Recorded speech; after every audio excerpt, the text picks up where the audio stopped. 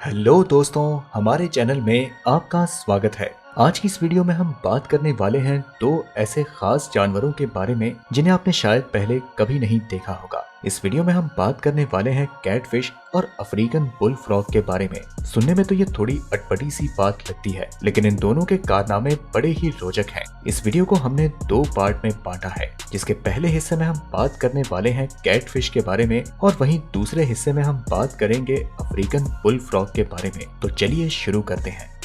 दोस्तों, हम अपने भोजन में तरह तरह की चीजें शामिल करते हैं और खूब स्वाद लेकर खाते हैं। तभी तो हम किसी चीज को अधिक खा जाते हैं और वहीं किसी चीज को थोड़ा सा चख कर छोड़ देते हैं। ये अलग अलग स्वाद महसूस कराने का काम करते हैं हमारे जीभ पर मौजूद टेस्ट बड्स। हमारे मुंह में टेस्ट बड्स की संख्या 2000 से लेकर 8000 के बीच होती है। लेकिन क्या हो कि धरती के किसी जीव के पास 1,75,000 से भी ज्यादा टेस्ट बड्स होते हैं? जी हाँ दोस्तों, ये बिल्कुल सच है, क्योंकि वैज्ञानिकों ने कैटफिश के पास इतने टेस्ट बड्स होने का पता लगाया है। जरा सोचिए कि जब हमें इतने कम टेस्ट बड्स से ही इतने तरह के स्वाद मिलते हैं, तो इस कैटफिश को कितनी तरह के स्वाद मिलते होंगे। एक और खास बात ये है कि ये टेस्ट बड्स केवल इनकी जीभ पर ही नहीं, बल्कि पूरे शरीर पर फैले होते हैं। दरअसल इस मछली का संसार बहुत बड़ा होता है। ये मछली अंटार्कटिका को छोड़कर सभी कॉन्टिनेंट्स में पाई जाती है। कैटफिश मुख्य तौर पर यूरोप और एशिया के लगभग सभी वाटर सोर्सेस में रहती है, जिसमें समुद्र में बहने वाली नदियां भी शामिल हैं। ये समुद्र के पानी में, कोस्टल एरियाज में और नदियों में भी रहती है। कैटफिश ऐसी जगह पर रहना पसंद करती है जहाँ का वाटर करंट एक स्थिर एरिया से मिलता हो। ऐसे में वे बिना वाटर करंट से जूझे आराम कर पाती हैं। ऐसा ज्यादातर नदी के तट के पास ही होता है और यही कारण है कि ये अक्सर नदी के तट पर पाई जाती हैं। कैटफिश के पूरी दुनिया में पाए जाने का सबसे बड़ा कारण ये है कि ये मछली अपने आप को हर माहौल के लिए ढाल सकती है। एक तरफ ये मछली 95 डिग्री सेल्सियस के तापमान में भी आसानी से रह सकती है, तो वहीं दूसरी ओर ये मछली पानी के फ्रीजिंग पॉइंट वाले तापमान को भी बर्दाश्त कर सकती है। ये अपने भोजन के लिए पानी के निचले तल तक जाती है और इस काम में भी ये टेस्ट बड्स इनकी सहायता करते हैं। ये मछली फ्रेश वाटर की सबसे बड़ी मछली मानी जाती है। कैटफिश अक्सर रात में अपने टेस्ट बड्स का इस्तेमाल करके अपना शिकार ढूंढती है। इस मछली के आकार में काफी विभिन्नता है।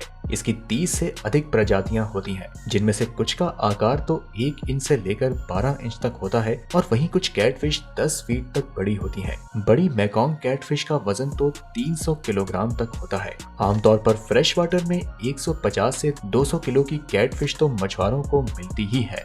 आपको बता दें कि इस मछली का मांस मीठा होता है, जिसकी वजह से ये सबसे फेमस फिश फूड बन जाती है। एक कैटफिश की उम्र 60 साल से ज्यादा होती है, लेकिन ये अपने पहले 4 महीने में 400 गुना से अधिक बड़ी हो जाती है। आपको ये भी बता दें कि इनके पास यूनिक सेट ऑफ गिल्स होते हैं, जिसकी वजह से इन्हें हवा में अपनी सांस रोकने की भी जरूरत नहीं होती और ये आसानी से हवा में सांस ले सकते हैं। कैटफिश छोटी मछलियों का शिकार तो करते हैं, लेकिन किनारे पर जाकर पक्षियों का शिकार करना भी इन्हें खूब भाता है। खतरा महसूस होते ही ये तुरंत अपने साथियों को सूचित करती है, जिसके लिए ये अलग अलग तरह की आवाज निकाल सकती है। एक दूसरे की आवाजों को सुनकर ये दूरी का अंदाजा बड़े ही आसानी से लगा सकती हैं। आपको बता दें कि इनके झुंड को स्कूल कहा जाता है। जी हाँ दोस्तों, बिल्कुल सही सुना आपने। लेकिन दुख की बात यह है कि शिकार की वजह से इनकी संख्या तेजी से कम हो रही है। चलिए दोस्तों, अब हम बढ़ते हैं वीडियो के दूसरे भाग की तरफ।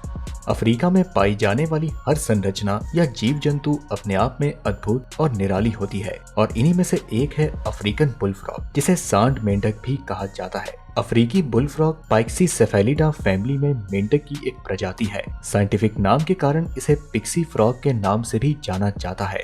ये मेंढक की एक ऐसी मस्कुलर प्रजाति होती है जिसकी औसतन लंबाई 10 से 12 इंच तक और औसत वजन 1.4 किलो से लेकर 2 किलो तक का होता है। लेकिन कई बार इनका वजन 3 से 3.4 किलो तक का भी हो जाता है। ऐसा मेंढक सिर्फ और सिर्फ अफ्रीका में ही पाया जाता है। अफ्रीकन बुल फ्रॉग बहुत ही जहरीले होते हैं। ये अफ्रीका के Tanzania, Angola, Botswana, Kenya, Malawi, Mozambique, Namibia, दक्षिण अफ्रीका, स्वाजीलैंड, जाम्बिया, जिम्बाब्वे और डेमोक्रेटिक रिपब्लिक ऑफ कॉन्गो में काफी अधिक मात्रा में पाए जाते हैं। अफ्रीकन बुलफ्रॉग व्यवहार से काफी आक्रामक और खतरनाक होते हैं। इनके खतरनाक व्यवहार का अंदाजा इसी बात से लगाया जा सकता है कि ये भूखे होने पर जहरीले सांपों तक को अपना निवाला बना लेते हैं। वैसे भी अफ्रीकन बुलफ्रॉग अपने खाने में चूहों, मेंढकों, छोटे पक्षियों, एम्फीबियंस, रेप्टाइल्स और विषैले सांपों को खाना पसंद करते हैं। इनकी जीभ की स्पीड बुलेट की रफ्तार की होती है, जिससे कि ये अपने शिकार को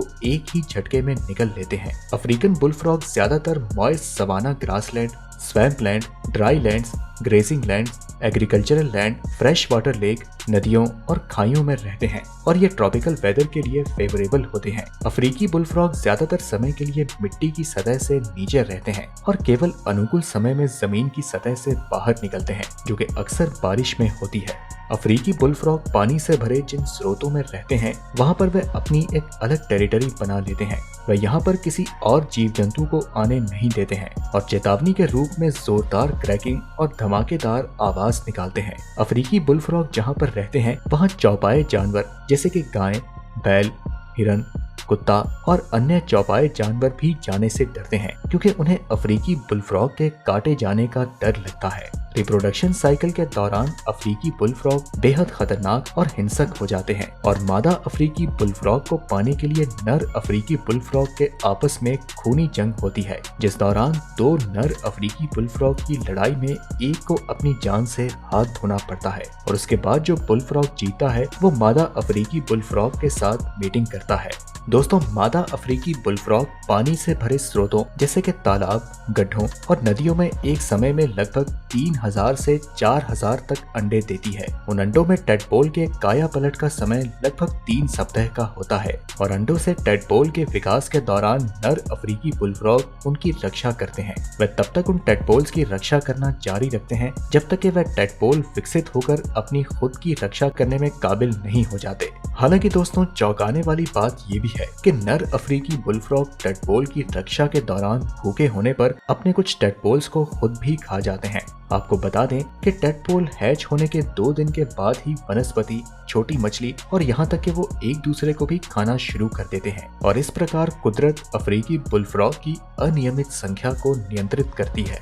अफ्रीकी बुलफ्रॉग बहुत ही बुद्धिमान होते हैं और ऐसा देखा गया है कि जिस पानी से भरे हुए स्थान पर अफ्रीकी बुलफ्रॉग अंडों और टेडपोल की सुरक्षा करते हैं, अगर वो स्थान गर्मी और धूप के कारण सूखने लगता है और पानी वाला स्थान 2 अलग अलग हिस्सों में बंट जाता है और टेडपोल और अंडे भी उन 2 अलग अलग भागों में बंट जाते हैं, तब अफ्रीकन बुलफ्रॉग बीच की सूखी जगह को खोदना शुरू कर देता है और सूखे हुए भाग में नाली बनाकर पानी को एक जगह से दूसरी जगह तक पहुंचाता है। अफ्रीकन बुलफ्रॉग का जीवन 35 से लेकर 40 साल तक का होता है। अफ्रीका के कुछ समुदाय इसे बड़े ही चाव से खाते हैं। हालांकि ये बेहद जहरीला होता है, इसलिए इसे पकाने में भी बहुत सावधानी बरतनी पड़ती है।